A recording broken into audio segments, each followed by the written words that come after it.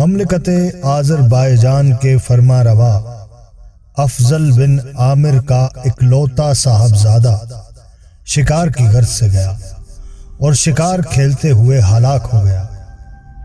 وہ 7 بہنوں کا اکلوتا بھائی تاج و تخت مملکت کا جانشین اور رعایا میں انتہائی مقبول تھا۔ پوری سلطنت میں کوہرام برپا ہو گیا کہ شہزادہ چل بسا۔ ہر کوئی گریہ اوزاری میں مصروف تھا مگر بادشاہ پر سکتہ طاری تھا۔ اس نے اپنے درباری علماء سے کہا کہ میں نے تمہیں اتنی مراعات دی اور تمہارے لیے خزائن مملکت کے منہ کھولے، تم سب مل کر میرے بیٹے کو زندہ کرو۔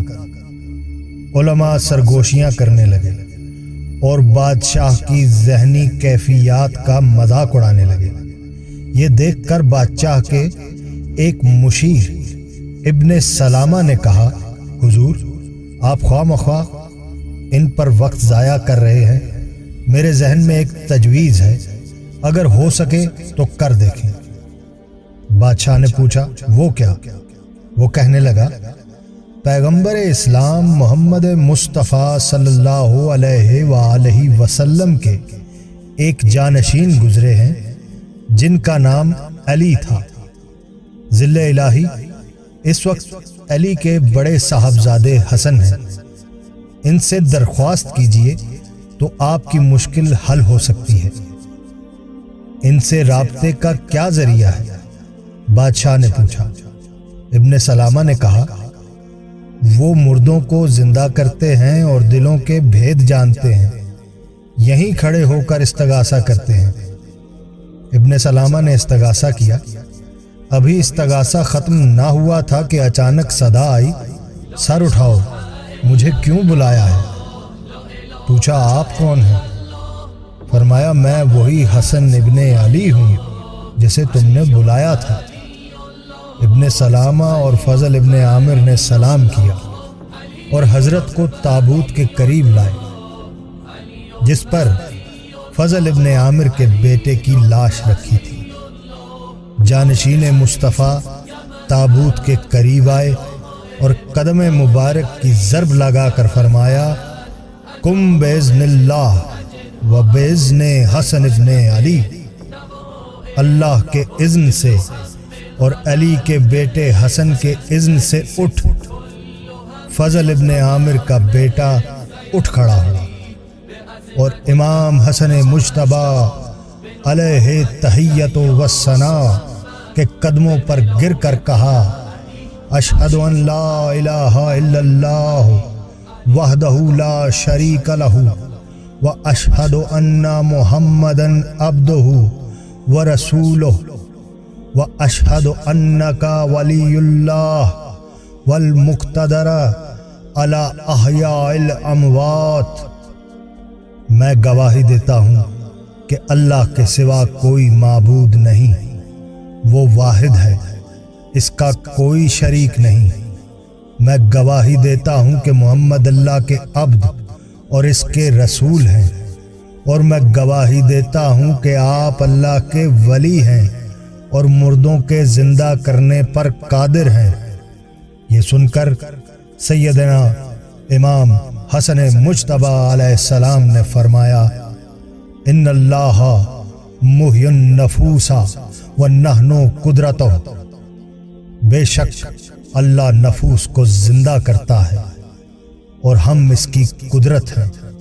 یہ فرما کر آپ کچھ دیر مہمان رہے اور جب روانہ ہونے لگے تو حاکم آذربائیجان فضل ابن عامر نے تحائف کا انبار پیش خدمت کیا اور اپنی ایک صاحبزادی رملہ کا عقد بھی آپ سے پڑھایا۔ سیدنا امام حسن علیہ السلام اپنی زوجہ معظمہ رملہ کو لے کر مدینہ تشریف لائے۔ کچھ وقت گزرا تو آگوش رملہ میں ایک کلی مہکی جس کا نام سیدنا حسن مجتبی علیہ السلام نے فروا رکھا، اور اس بچی کی وجہ سے حضرت رملہ کی کنیت مبارکہ ام فروا معروف ہو گئی۔ کچھ دن گزرے کہ سیدہ فروا کا انتقال ہو گیا اور سیدہ ام فروا اداس رہنے لگیں۔ 7 شعبان المعظم 47 ہجری کو آپ علیہ السلام حضرت امام حسن علیہ السلام کی خدمت میں آئیں اور خاموشی سے بیٹھ گئیں۔ آپ کے کلام کرنے سے قبل سیدنا امام حسن علیہ السلام نے فرمایا، ام فروا بیٹا چاہیے؟ مخدومہ نے سر جھکا دیا اور فرمایا، مولا بیٹی تو اللہ نے واپس لے لی ہے، اکیلے گھر میں اداس رہتی ہوں، اور پھر کس ماں کو بیٹے کی خواہش نہیں ہوتی؟ سیدنا امام حسن علیہ السلام نے فرمایا، اچھا ام فروا آپ یہ چاہتی ہیں کہ آپ کو ابھی بیٹا مل جائے؟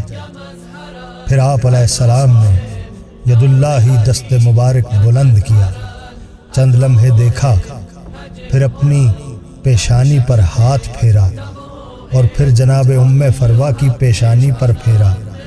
سیدہ ام فروا علیہ السلام فرماتی ہیں، احاط بی نور و احمر و نور و اخضر و نور و ابیض حیث لا تطیق بہ الابصار۔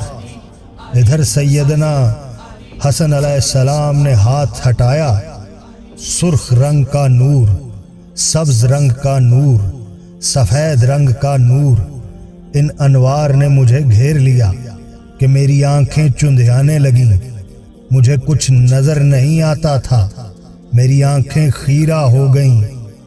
امام نے مسکرا کر فرمایا، سیر علی الی الحجرہ، میں نے دیکھا کہ میرے حجرے میں ایک ناف بریدہ مختون صاحبزادہ میری آغوش میں آ گیا۔ میں جلدی جلدی اسے مولا حسن کی خدمت میں لے آئی۔ مولا حسن نے اس کے دائیں کان میں اذان کہی اور بائیں کان میں اقامت، پھر فرمایا، جاؤ میرے خاندان والوں کو مبارکباد دو اور میرے اس صاحبزادے کا اسم گرامی قاسم رکھ دو۔ اللہم صلی علی محمد و آل محمد وعجل فرجہ۔